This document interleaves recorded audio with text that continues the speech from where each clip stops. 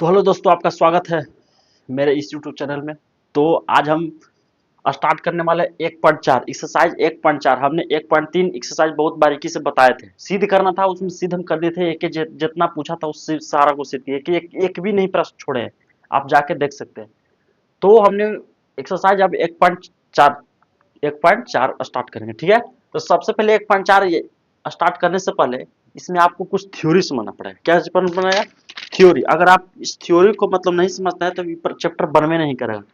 कैसे थ्योरी क्या है तो देखिए, 1.4 में बहुत सारा प्रश्न है। तो इसको पहले सबसे पहले शांत और अशांत होता है उसके बारे में समझना पड़ेगा पहले। तो देखिए, सबसे पहले थ्योरी हम लिख दिए हैं। एक कष्ट में थोड़ा सा थ्योरी बस समझाते हैं। चलिए, कहता है कि यदि दी गई परमेय संख्या हमेशा पी बटा क्यू ग्रुप में होता है। ये तो सबको पता है। चलिए, तो दी गई परमेय संख्या है, तो आपको दिया रहेगा परमेय संख्या पी बटा क्यू के रूप में, ठीक है। जहां देखो पी बटा क्यू के रूप में दिया रहा है, माने कि परमेय संख्या, ठीक है। तब क्यू को अभाज्य संख्याओं के घात के गुणनफल के रूप में लिखें। जैसे जैसे 4 बटा आपको 16 दिया जाएगा। मान लें कि 4/16 दे दिया, ठीक है। तो 4/16 क्या पी बटा क्यू के रूप में, आराम से पी बटा क्यू परमेय संख्या है। तो कहता है कि क्यू जो है, क्यू को यानी क्यू यानी 16 है, तो 16 को अभाज्य संख्याओं के घात के रूप में। तो घात कैसे, जब तक 16 का अगर गुणनखंड नहीं तोड़ेंगे तो घात में कैसे लिख सकेंगे। तो इसको अगर मान लें कि हम तोड़ते हैं ऐसे, दो गुना दो, यानी इसको घात क्या लिख सकते हैं, यानी 2 के पावर 4 लिख सकते हैं। तो देखिए, अभाज्य गुणनखंड, अभाज्य संख्याओं के घात, तो 2 एक अभाज्य संख्या नहीं, आराम से है। तो बताइए, अभाज्य संख्याओं के घात के गुणनफल अति संख्याओं के घात के गुणनफल के रूप में लिखें। देखिए, गुणनफल के रूप में लिख सकते हैं, ऐसे भी लिख सकते हैं, 2 चलिए, गुणनखंड के रूप में तो लिख दिया। उसके बाद कहता है कि यदि q बराबर 2 के पावर m गुना 5 के पावर n, q बराबर यानी जो q है 16 के क्या चीज है 2 के पावर m। तो देखो 2 के पावर m यानी हम लिख सकते हैं 2 के पावर 4। तो यहाँ पे 2 के पावर m के जगह कितना 4 आ जाएगा, क्योंकि 2 के पावर 4 है तो m के जगह 4 आ जाएगा। तो उसी तरह देखिए, q बराबर 2 के पावर m गुना 5 के पावर n, जहां m n यानी रहेगा q बराबर 2 के पावर m गुना 5 के पावर n रहेगा। जहां जहां कहता है कि m और n क्या चीज है, तो अऋणात्मक पूर्णांक। क्या भाई? अऋणात्मक पूर्णांक। ऋणात्मक कुछ संख्या उसे कहते हैं जिसके आगे माइनस लगाओ, यानी अऋणात्मक मतलब जिसके आगे संख्या के आगे माइनस न लगाओ उसे अऋणात्मक बोलते हैं। q का कोई दूसरा गुणनफल, कहता है q का कोई दूसरा गुणनफल 2 और 5 के घातों का छोड़कर नहीं है, तब p बटा q का दशमलव प्रसाद शांत होगा।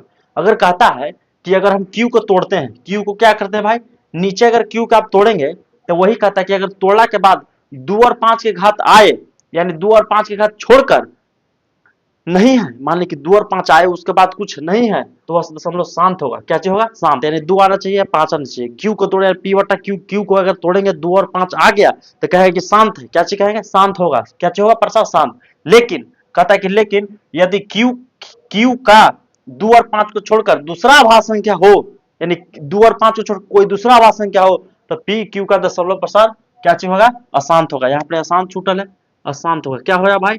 अशांत होगा। कैसे? नहीं समझ में आया, चलिए आइए समझाते हैं। एग्जाम्पल से आपको क्लास में समझ में आएगा।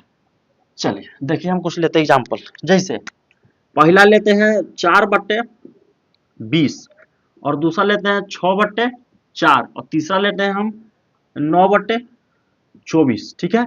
तीन को आप देखिए।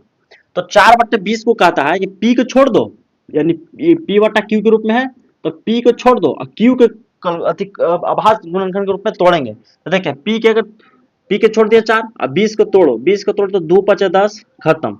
सॉरी, 10 दूनी 20 और 2 5 10, यानी 2 के स्क्वायर और 5 के 5 आ गया कि नहीं। उसके बाद 6/4 के तोड़ो, तो 6/2 गुने 2 हो जाएगा, ठीक है। और इस यहाँ पे तोड़ो 9/24 का अगर तोड़ेंगे हम तो कितना बचा, 2 छक 12 दूनी 24, 2 छक 12, 2 तिहाई 6, यानी 2 के पावर 3 और 3 ऐसे, ठीक है।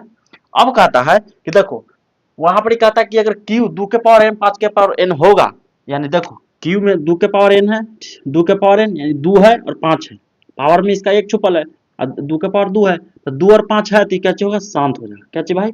तो शांत।